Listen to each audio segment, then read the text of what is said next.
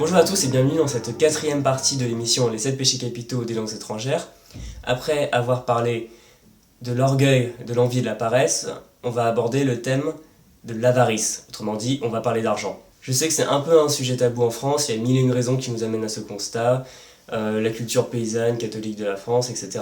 Voilà, notre sujet, c'est pas de parler de ça, mais plutôt de nous poser la question de la place de l'argent dans l'apprentissage d'une langue étrangère. La question d'aujourd'hui, ce sera finalement apprendre une langue, combien ça coûte. Parce que parfois, on voit des gens se lancer dans des formules qui nous paraissent hors de prix, et on peut être amené légitimement à se demander si ça va pas faire un peu cher d'apprendre une langue. En réalité, c'est une question à laquelle il est difficile de répondre, étant donné qu'apprendre une langue, ça peut être à la fois gratuit, évidemment, il faut payer sa connexion internet, son électricité, mais on peut dépenser très peu d'argent, et ça peut aller jusqu'à l'infini, parce que si vous connaissez la fameuse méthode Michel Thomas, il faut savoir que le Michel Thomas qui a créé cette méthode facturait ses cours sous forme de cursus à plus de 25 000 $ des célébrités. Donc en fait pour vous le bon prix ce sera finalement dans cette gamme qui va de 0 à l'infini de trouver ce qui correspond à la fois à votre budget et à ce dont vous avez réellement besoin. Et à mon sens le problème ce n'est pas vraiment qu'apprendre les langues ça coûte cher, c'est plutôt que on est actuellement dans une culture de la gratuité, parce que Internet a apporté énormément de contenu gratuit, donc c'est à la fois une extrêmement bonne chose parce que ça met à disposition une quantité phénoménale de connaissances et c'est une opportunité géniale pour apprendre, mais à la fois ça va pousser certaines personnes qui ne comprennent pas forcément comment fonctionne cette gratuité à penser que tout devrait être gratuit, ce qui n'est évidemment pas le cas, et c'est un écueil. Et j'ai déjà vu sur Internet des comportements assez déplorables par rapport aux langues. Je pense à certaines applications, dès que ces gens-là vont apprendre qu'une application sur téléphone va coûter 5 €, ils vont crier à l'arnaque.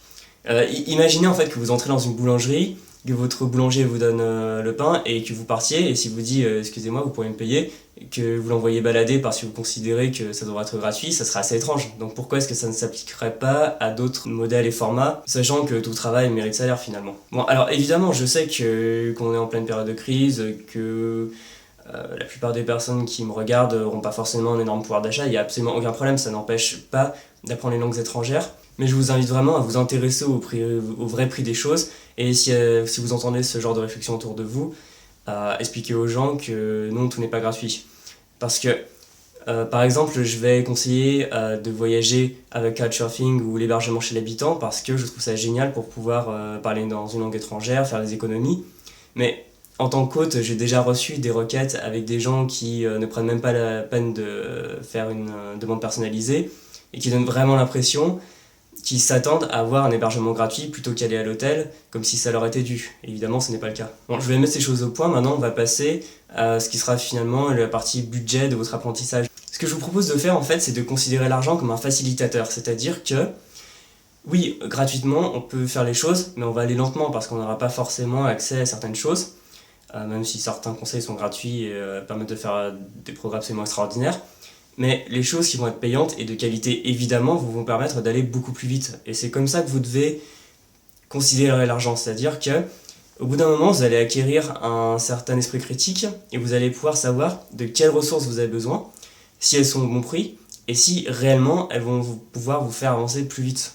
Par exemple, on considère généralement, c'est pas toujours vrai mais le plus souvent oui, que faire un cours avec un professeur particulier, ça va être mieux pour vous que si vous faites ce cours dans le cadre d'un enseignement collectif, parce que le prof pourra plus s'occuper de vous, vous aurez plus de temps de parole, le cours sera plus adapté à vos besoins et à vos difficultés, donc vous progresserez plus vite. Mais généralement, un professeur particulier, ça va évidemment coûter plus cher. Autre exemple, sur un site comme Italki, sur lequel vous allez pouvoir discuter avec des locuteurs natifs par webcam interposée, vous allez pouvoir parler avec des locuteurs gratuitement, et d'autres en payant parce que ce sont des professeurs. Évidemment, un professeur va avoir une meilleure connaissance de sa langue et sera plus à même de vous faire avancer. Encore une fois, c'est une question de choix par rapport à ce que vous voulez. Il n'y a pas de bonne ou mauvaise solution.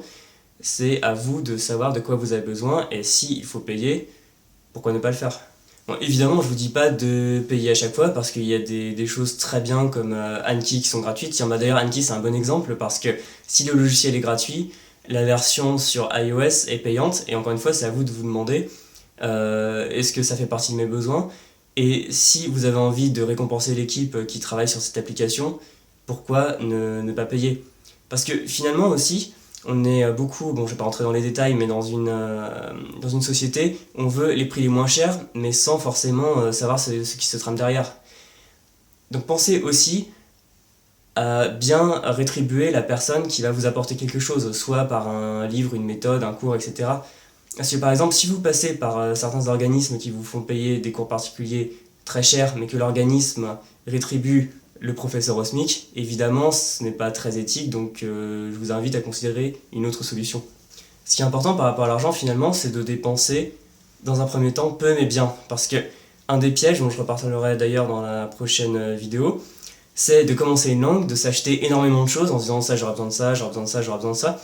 Est-ce que quand vous commencez à apprendre une langue, vous avez réellement besoin d'un dictionnaire unilingue, c'est-à-dire uniquement dans votre langue cible, ce qui est le genre de ressources que vous ne pourrez utiliser que quand vous aurez un bon niveau de maîtrise. Lorsque vous débutez, achetez uniquement ce dont vous avez besoin, et ensuite, en fonction de votre apprentissage et aussi de la manière dont vous apprenez, vous allez vous rendre compte qu'il y a des ressources qui pourraient vous intéresser, et d'autres moins, parce que la qualité d'une ressource ne se fait pas uniquement en fonction du prix, ni forcément en fonction des retours des autres, mais en fonction de ce dont vous pensez avoir besoin, et c'est là que vous pourrez faire les bonnes dépenses qui s'imposent. Alors, la seule chose qui va réellement entrer en ligne de compte par rapport à l'argent, c'est que toutes les langues ne vont pas forcément être égales. Par exemple, si vous vous lancez dans l'espagnol, vous aurez énormément de ressources, sans doute pas chères, mais par contre, si vous essayez d'apprendre une langue d'une tribu en Papouasie-Nouvelle-Guinée, forcément, les ressources vont être beaucoup plus rares, beaucoup plus chères potentiellement, il va falloir les importer. Les gens qui vont pouvoir vous enseigner la langue seront plus demandés, donc forcément ce sera plus difficile de trouver des cours moins chers. Donc à ce niveau-là, toutes les langues ne sont pas logées à la même enseigne. Mais pour le reste, encore une fois, ce que je vous invite à faire, c'est vraiment de consommer peu mais bien, et surtout de vous renseigner pour savoir ce que vous achetez. Et c'est là que vous ferez des investissements qui vous rapporteront beaucoup plus sur le long terme, et qui surtout éviteront de vider votre porte-monnaie. Voilà, c'était tout pour cette vidéo sur l'avarice. Donc comme d'habitude, si vous avez des questions, des commentaires, n'hésitez pas à m'en faire part et je serai heureux d'y répondre. Vous pouvez également, si vous avez aimé cette vidéo, la partager auprès de vos amis et vous abonner à la chaîne parce que demain on attaque la nouvelle vidéo sur la gourmandise. Je vous remercie, à bientôt.